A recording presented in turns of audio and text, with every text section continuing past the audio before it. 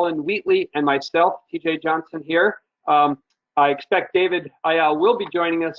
Betsy will not be joining us. She is out of town on family business right now. So, well, she asked us to carry on without her.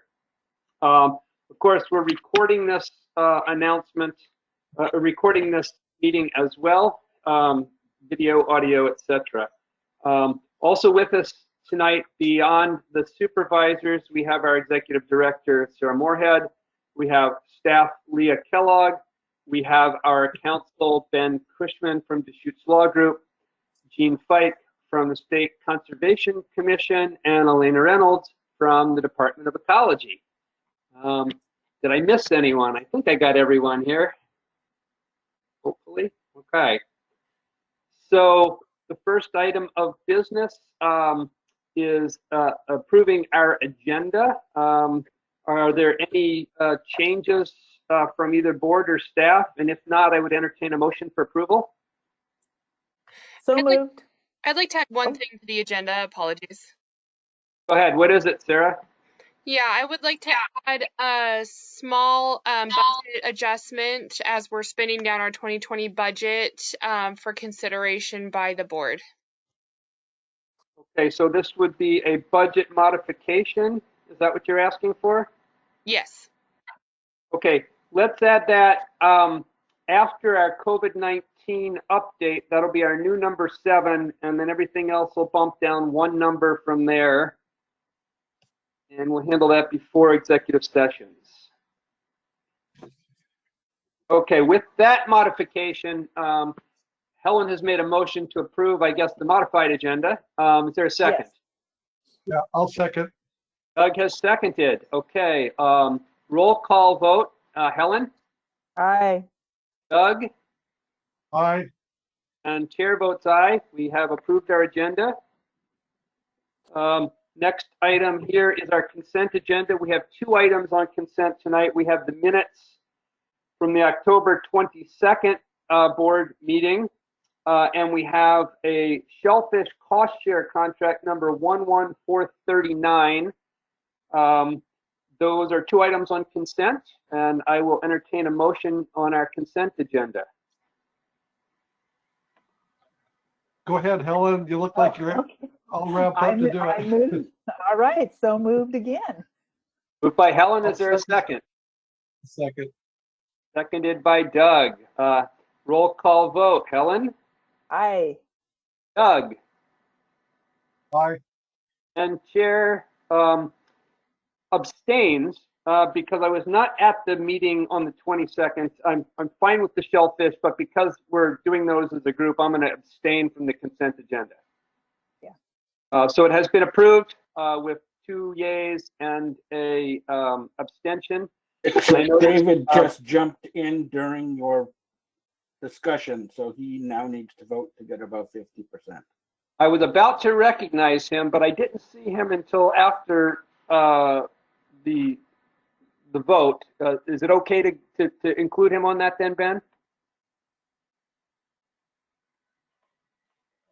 Let's remake the motion for consent agenda and re-second it just to cover that base and have David chime in. So let's go through that process again. Helen, are you willing to make a motion again? I again moved that we approve the consent agenda. Okay, Helen has moved. Is there a second? I'll second again. Doug has again seconded. Roll call vote on our consent agenda. Helen? Yes. Doug? Yay. Aye. David? Aye. And chair abstains. So it has passed by a vote of 3-1 on the consent. And again, I am abstaining because I was not present for the October 22nd meeting. Yeah, and thank you for humoring me. I have a quick question. Is it 3-1 with an abstaining, or if you're abstaining, that means that you're choosing not to vote? So It's I'm three. just want clarification. It's 3 yays with 1 abstention. So that would not be a nay. No, it's noted not as to vote. it's 3-0 with 1 abstention. Got it. Thank you. Thank you very much. Okay. Next item is public comment.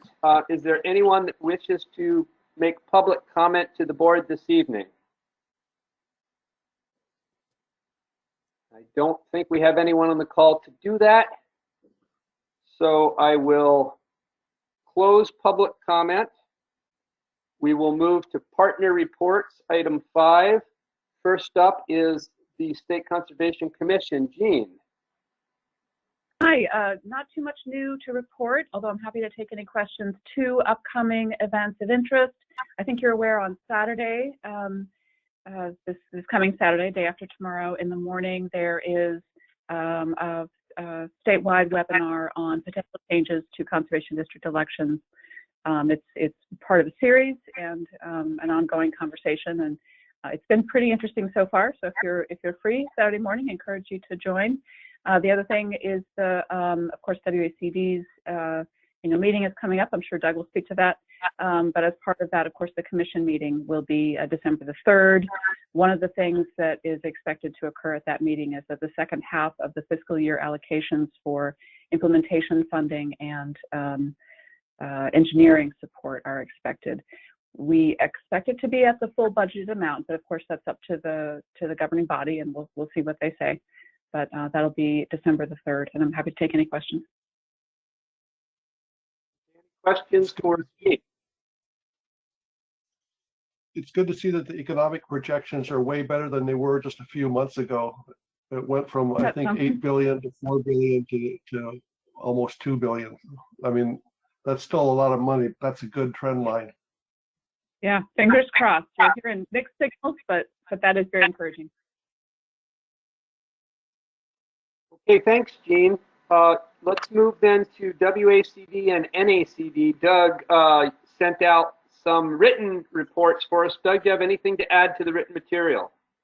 No, this will be a really easy time to go to a WACD meeting because you can do it from the comfort of your own home and your PJs if you want to.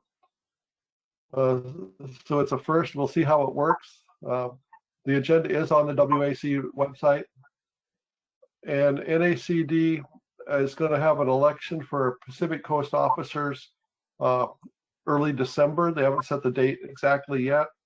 And I would mention that at the WACD meeting, the leadership from NACD is going to be giving an overview of what's going on across the country. Tim Palmer, who's the president, will be there.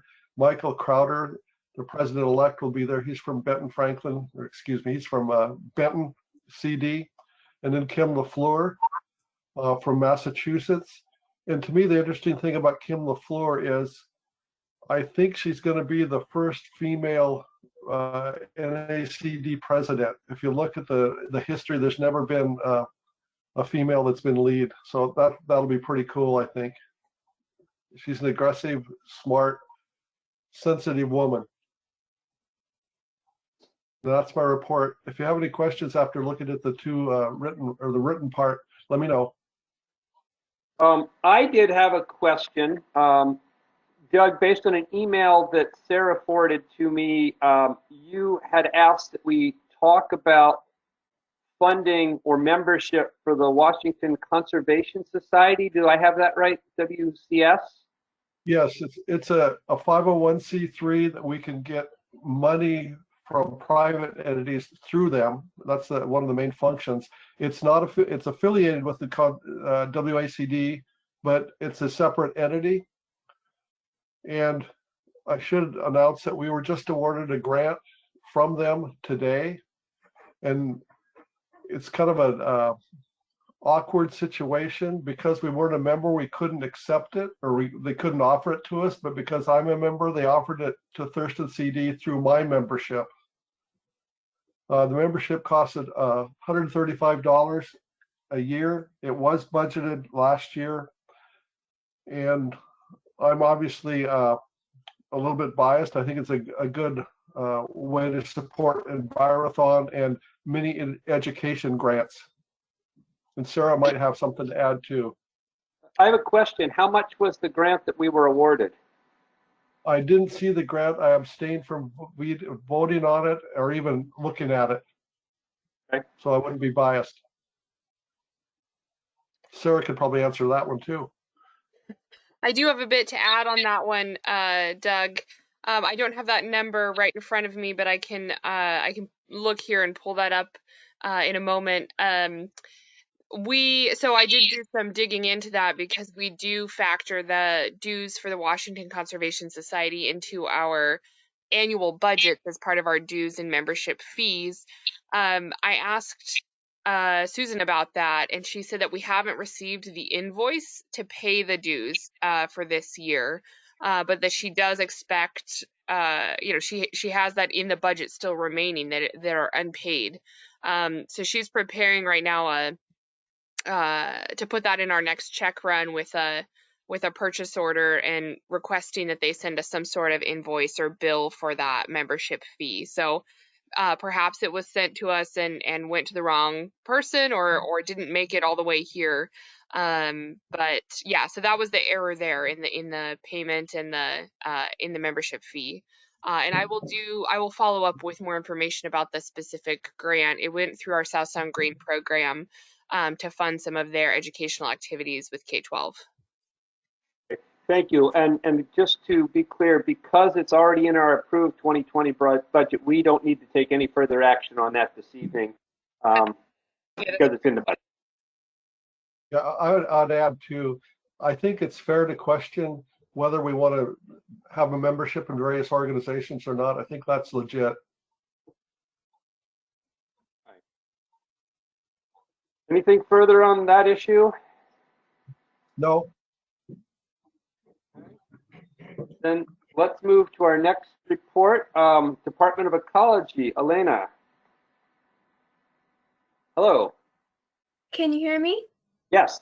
Oh, fantastic. Okay. Good evening, everyone.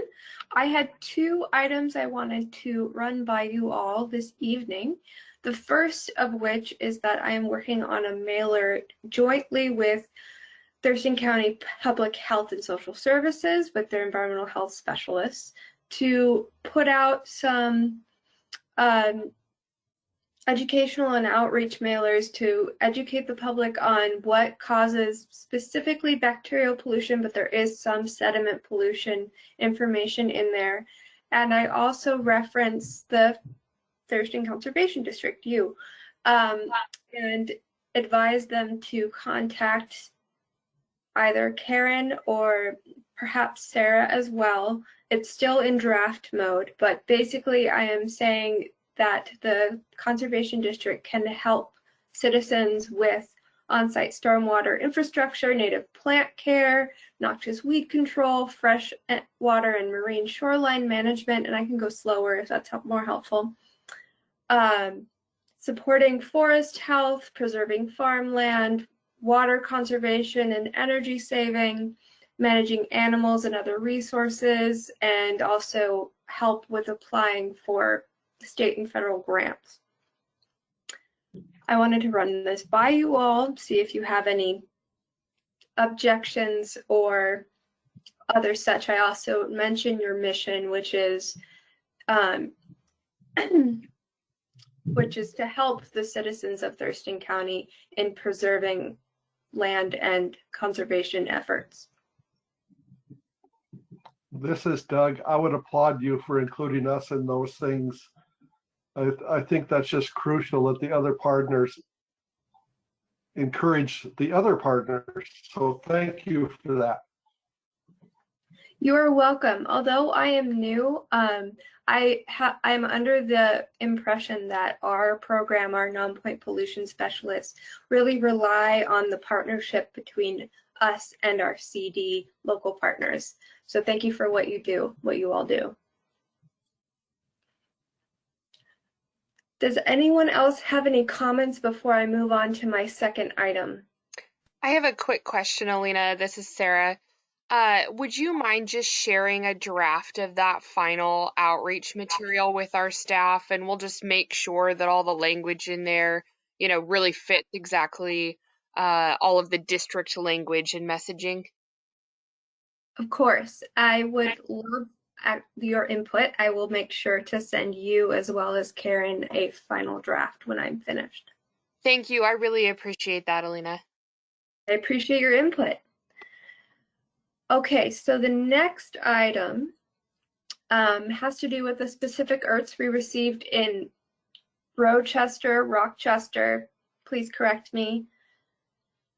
Yeah, Rochester. Rochester. Thank you. A specific property in Rochester that involves a lot of flooding.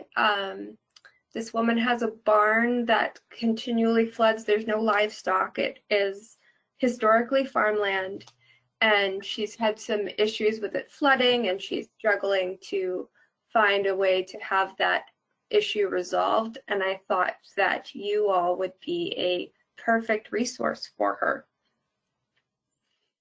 So I am wondering if I can give further details and perhaps have a more detailed conversation with Sarah in the future. Seems like a great idea. Okay. So to give a few more details, the property has a ditch running through it, and that ditch does not allow flooding relief on that specific property. I believe the intent at one time was that it would provide relief to that area as a whole. However, it doesn't seem to be deep enough, at least now. I'm sure environmental conditions have changed. And the ditch is technically an easement through the county since the early 70s. My question would be that does that provide a barrier for you as an entity to work with this landowner to find solutions? I think that's a great question, but I don't think the board is the right entity to ask that question. I think it would be appropriate for you to contact, maybe to talk with Sarah or have her refer you to the right staff so that the technical people can look into those issues. I mean, clearly our jurisdiction as a district extends into the Rochester area, and we do a lot of work down there. But in terms of the specifics, I think that's really a technical question that's best suited for staff-to-staff work at this point. Understood. I concur.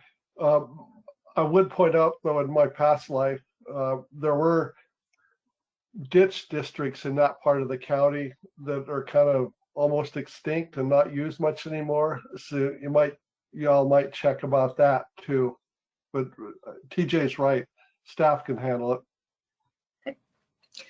So so another reason I would bring this up to the board, I suppose, is that this might be, and I'm quoting someone, uncharted waters for the district as a whole. So I'm not totally, I'm new, so Fair enough. Understood. Yeah. So I think if once you and Sarah or our technical people get into this, if there are issues that come up that would be important in terms of precedent or new territory like that, then certainly we'd expect Sarah or our staff to bring that to our attention. But that may be a little further down the line once this gets sussed out a little bit more. Okay, thank you. All right, thank you. Anything else for Elena before we move on? Okay. Oh, I have another public meeting at 6:30, so I'm going to have to hop off then. Okay, thank you for letting us know. Thank you. All right. The last item we have on report is NRCS, but I don't believe we have Robin with us tonight or anyone from NRCS unless I'm mistaken. So we will skip that one for tonight. That concludes reports. Let's move on then to item 6, which is our standing item on COVID update. Sarah. Great, thank you, TJ. As Jean continues to share, OPMA extensions or the waiver of the OPMA has been extended with special conditions about meeting in public again through early December. So we will keep that in mind, expecting another extension of that waiver for our December board meeting as well, and likely, through the next couple of months, especially if we're sort of seeing the same trajectory that we have been. So that's the big update there. We did have another conversation amongst our staff team earlier this week, and really talked about ensuring that our office had 25% or less capacity, staffing capacity at any given time. Just sort of the current, guidelines that were included by the governor. Again, all of the staff are working remotely, but from time to time, there's necessary tasks and pieces to do inside the office, and more so for certain positions than others. So we continue to use our Smartsheet office scheduling system just to ensure that people sort of reserve different time blocks so that if they need to take care of business in the office, they're doing so at specific times. Leah has been on top of everything office sanitization. She has stations throughout the office with sanitizing equipment for touch points and surfaces, as well as there's masks right at the front office. There's sanitizer throughout the office. I mean, she really has the whole office management for COVID dialed in and is extremely diligent about it. And I'm very proud of her. So I just wanted to give her that shout out at the board meeting tonight. Other than that, we're proceeding with the same sort of protocols that the board has already adopted and established. Those are still relevant. At this point, we're still doing site visits and field work. We have all of the same social distancing and mask guidelines, and we're not going into any sort of buildings or physical meeting spaces. So everything is outdoors. We are have other tools in our tool belt should restrictions continue to increase. Again, to do unaccompanied site visits and or remote site visits, which we can conduct a portion of our technical assistance remotely. And those are things we utilized earlier in the spring. So now that we've been through that circuit once, should things progress in a negative way, we have these tools that our staff are already accustomed to and in their tool belt, so we can continue to support landowners through this time period. That is my COVID update. Thank you, Sarah. Any questions for Sarah? Yes, this is Doug. How is morale and how are staff coping with what they've gone through so far and into the uncharted future, which looks kind of similar to the past? Yeah, that's a great question, Doug. I appreciate you asking that. Certainly with sort of the spike in local cases, that's caused, just stress all around, for everybody involved. However, I would say that our staff really have gotten into a groove with the working remotely, and they've really adapted and been able to hit their stride, I guess, with the work that they're doing in the new style that they're doing it. So there's a lot of comfortability and security around the ways that they do business. And so I think that that's really helpful. In addition, they're really kind when I bring a whole bunch of fun and sometimes kind of corny team building activities to our virtual staff meetings. I get some support from some of them to wear funny hats, or we're doing a web of gratitude activity where we're sharing gratitude towards other members of our staff in ways that we admire them or that they've supported us, so that we can have those physical reminders and still keep our team connected. So we're continuing to build in those types of opportunities to bond and still collaborate. And so I think they make people laugh, and I think they are keeping our team together. So we're looking at doing some more social virtual activities as well. together, just to keep morale up and keep us collaborating and support our staff. So outside of our work time, but yeah, thank you, Doug. I appreciate that. Right now, we're just doing everything we can to support each other, and I think that that gives people some hope and some positivity because they know that they're making an impact on their peers. That sounds good. That sounds good. Thank you. I think on behalf of all of us, Sarah, thanks for that leadership and keeping your team motivated and positive. And Leah, well done. Thanks for keeping our office safe and doing what needs to be done to make sure that we're leading by example on that front. So thank you so much. Okay. With that, we are going to adjourn from this public meeting. So TJ, Oh, I'm sorry, I forgot one item. Yep, I'm so sorry. This is a PDF on the screen, so I couldn't add the number 7 in there. That's okay. As soon as I started talking, I looked down at my notes rather than at the screen that said executive session. So we do have one more item before our executive session. Item 7, which is an item we added here at Sarah's request to talk about a budget issue and potential budget modification. Yeah, thank you, TJ. I'm going to zoom in on this here and scroll over, and hopefully you guys can see this a little bit better. I've highlighted this line item here, which was in the mid-year revised budget. We had a lot of conversation about this at that meeting and kept it in the mid-year budget to continue to have more conversation with all of the supervisors present.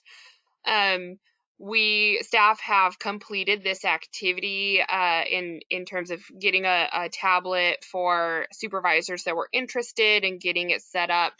And so we have not, and we utilized a tablet within the district that was not being used this year. So to fulfill that, so this line item is we have not spent any money out of this line item. As we're hiring new staff, we could utilize some more in our equipment budget to make sure that we have all of the appropriate office equipment, computers, things like that. We've run into a couple of challenges with some of our older computers that they just are not, they're not able to be updated to the new Windows software that our office uses. And so we need to make a couple more computer purchases, and this will, by moving this line item to our equipment budget, it will completely take care of all of those needs, and likely still have some extra, but yeah, that would give us the ability to get all of our new hires set up this year and also replace those machines that are having some trouble. So that is my proposal. Just to clarify, you're suggesting we move budget item 3.4.13, but where are we moving it to? Is it 3.4.4 on equipment leases? Sorry, it's this one Or right is it? here. Got it. Okay, so, and this will require board motion if we choose to do this. So we'd be moving money from 3.4, the tablets, to 3.4.9 computer hardware purchase. Okay. First, are there any questions? If not, I'd entertain a motion to modify our budget. I'll make the motion for the budget modification. Hey, would you be specific of what we're modifying, David, just for the record? Sure. I motion to approve the budget modifications of $44,690 from the board tablets and move into computer hardware purchases. Thank you. David has made the motion. Is there a second? I'll second. Seconded by Doug. Any further discussion? Yes, I have a question. Yes. Sarah, it's for Sarah. Is there a downside to doing this? I don't see one. No, there's not. Staff already completed the activity of getting the board members this year that were interested in tablets set up with those. So there's no additional expenses under that line item this year. Thank you.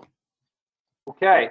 There's no further questions. I will call for a roll call vote on the motion to move $4,690 from board tablets to line item for computer hardware.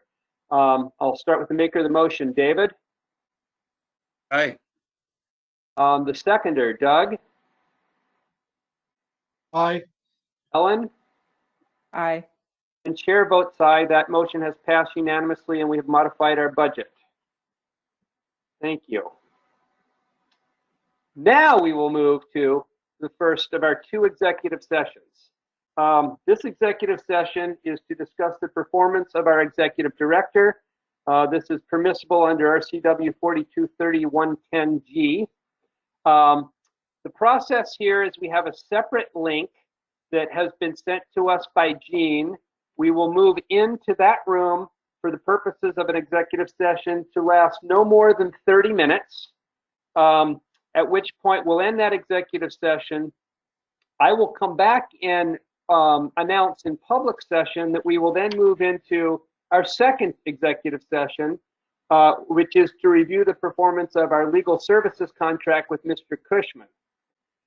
Following the second executive session, we will then come back and do a report and continue the remainder of our public meeting.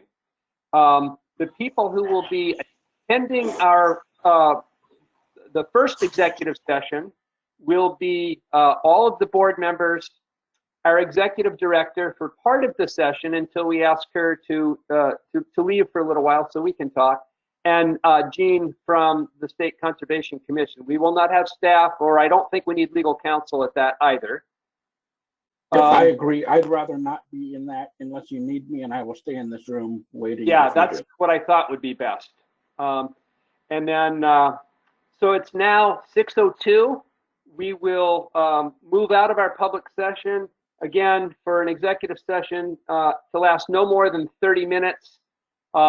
Everyone should go to the link that Jean sent, and we will reconvene in that in just a minute. So we'll see you on the other side.